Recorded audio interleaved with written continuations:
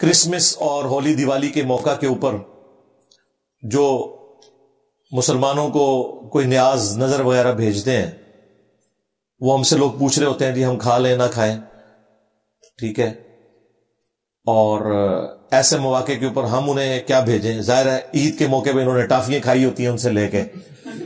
تو جب کرسمس آئے گی تو انہیں بھی ٹافیاں کھلانی پڑ جاتی ہیں۔ تو میرا خیال ہے مسلمانوں کو توحید کے معاملے میں بالکل ننگی تلوار ہونا چاہیے، اور کوئی آر محسوس نہیں کرنی چاہیے۔ آر آپ تب محسوس کریں جب یہ توحید کا عقیدہ ہمارے ہاں ہی صرف پایا جاتا ہو، پھر میں آپ کی کوئی بات ماننے کے لیے تیار ہوں کہ آپ کو شرم آتی ہے بات بتاتے ہوئے کہ جی ہم تو اس معاملے میں سینسٹیو ہیں، آپ کے نزدیک جائز ہوگا۔ بھئی جب دنیا کے تمام مذاہب، خواہ وہ اہل کتاب ہوں یا نان اہل کتاب ہوں، ایک خدا کے ماننے والے ہیں اور اس کے ساتھ شرک کرنے کو ان کی کتابیں حرام سمجھتی ہیں، اور جتنے بھی رسومات ہیں عبادت کی وہ اللہ کے ساتھ خاص ہیں، تو اس میں صرف جھکنا سجدہ کرنا نہیں آتا، نظر و نیاز بھی آتا ہے۔ تو مسلمانوں کو کوئی شرم محسوس نہیں کرنی چاہیے، انہیں کہیں کہ جیزس کرائسٹ کو ہم بھی مانتے ہیں، وجیہا فی الدنیا والآخرہ ومن المقربین ہے، اور اولو العزم 5 پیغمبروں میں سے وہ ایک ہے، لیکن وہ اللہ کے بیٹے نہیں ہے۔ آپ نے کرسمس پہ یہ عقیدہ رکھا ہوا ہے کہ اللہ نے بیٹا جنا، اس لیے ہم اس شرکی ایکٹیویٹی میں، آپ کی کسی کھانے کی ایکٹیویٹی میں، کسی کیک پارٹی میں شامل نہیں ہو سکتے۔ سیدھی سی بات ہے، کیونکہ توحید کے معاملے میں زیرو ٹالرنس ہے اسلام کے اندر، جبکہ خود کرسچنس کی کتابیں بھی یہ بتاتی ہیں کہ اللہ تعالیٰ کے ساتھ کسی اور کو شریک نہیں ٹھہرایا جا سکتا۔ لہذا اس طرح کے جتنے مواقع ہیں ان کو کلیئر کٹ بتائیں کہ ہم آپ کی کسی مذہبی ایکٹیویٹی میں حصہ نہیں لیں گے، کیونکہ یہ شرک کے اوپر مبنی ہے۔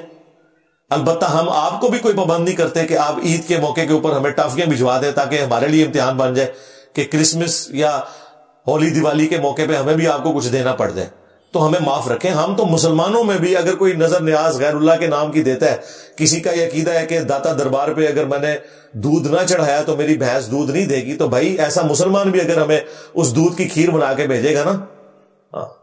تو ہم اس سے نہیں لیں گے، اسے کہیں گے بھائی یہ آپ نے غیر اللہ کے بیچ میں نیت شامل کر لی ہے۔ اور قرآن حکیم میں اللہ تعالیٰ نے واضح طور پر منع فرما دیا ہے کہ جس کے اوپر غیر اللہ کا نام لیا گیا غیر اللہ کی خوشنودی کے لیے، ذبیحہ کے لیے، وہ حرام ہے۔ ہاں اصالِ ثواب ہو وہ ایک الگ چیز ہے، لیکن یہ اصالِ ثواب نہیں نہ رہنے دیتے۔ یہ کہتے ہیں غوث پاک کی 11ویں کریں گے، پھر غوث پاک ہماری مدد کریں گے۔